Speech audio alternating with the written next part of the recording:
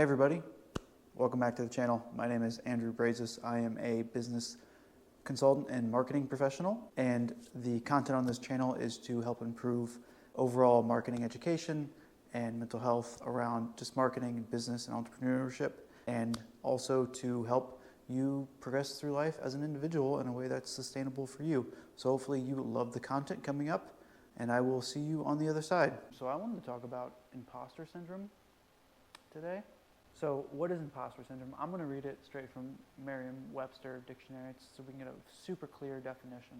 Imposter syndrome is persistent doubt concerning one's abilities or accomplishments accompanied by the fear of being exposed as a fraud despite the evidence of one's ongoing success.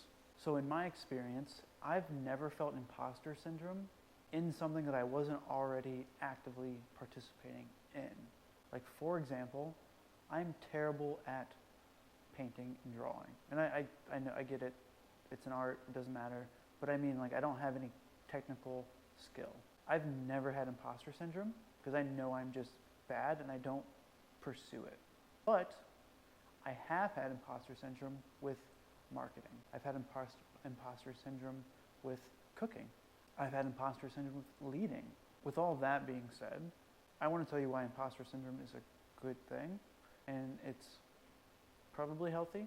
So to me, imposter syndrome is a good thing. It's letting you know that you could be better because it's our intuitive checks and balance system. And that's really relevant because if you think you are amazing at something and you have nothing there to tell you intuitively that you're actually bad, there's no room for improvement.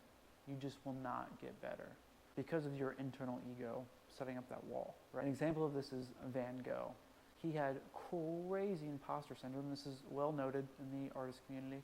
Even the, greatest artist of, arguably the greatest artist of his time had imposter syndrome. So it's completely normal. Is what I'm trying to say. It's so normal. And if anything, it's probably more normal in successful people than unsuccessful people. Another reason why I think imposter syndrome is a good thing is because it opens up this fear of, well, what if I'm actually bad? And that fear of me not being good enough is a catalyst for learning and doing better, or figuring out a way to navigate and resolve or heal the fear that's creating the imposter syndrome. Imposter syndrome is a really good thing. So I wanted to share how I deal with imposter syndrome, and hopefully it helps somebody deal with their imposter syndrome. So number one is figuring out, what is it that I'm actually afraid of? What's the worst case scenario? And when I look at that, I say, okay, what's the fear? Let's say the worst thing happens. Then what? Does it matter? Is it going to change my life? Is it going to, am I going to die? And once I do that, and I make this fear known, the what if, the maybe I do suck at this, what's the worst outcome? Exploring that and really deeply understanding it, usually in and of itself gets me out of whatever headspace related to imposter syndrome that I'm in. So another thing that I do with dealing with imposter syndrome is knowing what shit is mine and what shit is what somebody else has put onto me as far as ideas are concerned. And with that, I don't mean releasing accountability and blaming others for something that didn't work out well. You should definitely be accountable for whatever it is that you're pursuing, but you have to know when to separate what's an actual fear that you have versus what's a fear that you heard from somebody that has nothing to do with you and nothing to do with your environment, or it could be coming from somebody who's just really uneducated on the matter or how a process works. Another thing that I do with dealing with imposter syndrome is checking in with myself in regards to just being accountable. Did I actually do the work required to do this thing? Do I have hard data to say, oh, I can do this? Have I put in the work? Have I educated myself? Have I talked to the right people? Am I putting myself in an environment to reduce the likelihood of failure? Like, am I doing these things? And if the answer is yes to those, most of them, any of them, then I'm probably okay. And it's probably what I'm feeling is a fear of the process and a fear of failing, which is not thinking that I'm not good enough. Those aren't the same. Another thing that I use is hard data. And these could be like actual numbers if you're providing a service, anywhere that you can collect hard data to see if you're actually doing well at whatever it is that you're doing. So if you make a product and you sell that product and people buy it and people say, wow, I really like this product, that's hard data. You should continue to do that. If you're an artist and you make art and people say that they like your art, you're a good artist. So you should make more art. When it comes to imposter syndrome, I've heard a lot of variations of this idea through the years of just like being in business and an entrepreneur, but it's knowing that whatever it is that your dream is or that you're not feeling ready to do, or like you feel like you're not good enough, I promise you that there's somebody out there who is less intelligent than you, is less equipped to do the task that you're doing, but they just have the confidence to do it, and they're having success doing whatever it is. Meaning, imposter syndrome is a really healthy internal check and balance, and also, it's not a signal to stop.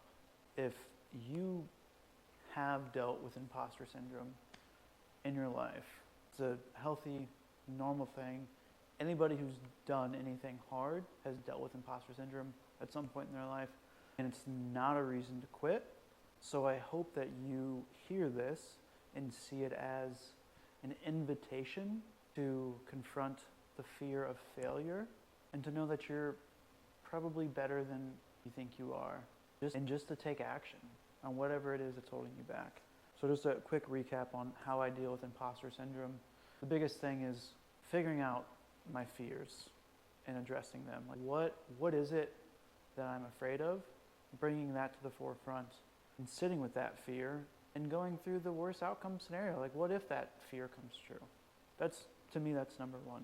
Number two is knowing what's my stuff and what is something that was said to me or that I heard in passing in relation to whatever it is that I'm, trying to pursue, and discerning the two and dealing and taking accountability for what's mine and getting rid of what isn't mine.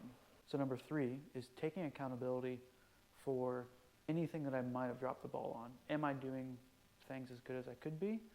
Have I educated myself properly? Have I put myself in the environment or had the experience with people that I need to learn from so that I can accurately pursue whatever it is that I'm going after? So number four is hard data. How can I make proof that I can do what I say I can do in a way that is okay for me? And those four things are what I do to deal with my imposter syndrome, and I come back to it. It's not a thing that it's like I overcome it and it's done. Sometimes it's a weekly thing. Sometimes it's a monthly thing. Sometimes I have imposter syndrome about things that I didn't even know that I cared about. So it's normal. It's part of life. It's part of growth, and it's good. If you found the information here in the video helpful or insightful in any way, please share, in your circles, social media, whatever, just to spread the word about what I'm doing. If you have any other types of topics that you would like me to talk about, be it marketing, business, mental health, or just individual wellness, please comment below. I have a whole list of things I'm rolling out here in the next year or so. If you've made it through the video, if you would like to see some more, there's a video up here for you guys, and also a video up here to check out. Thank you so much again for coming through, and I hope to see you guys next time.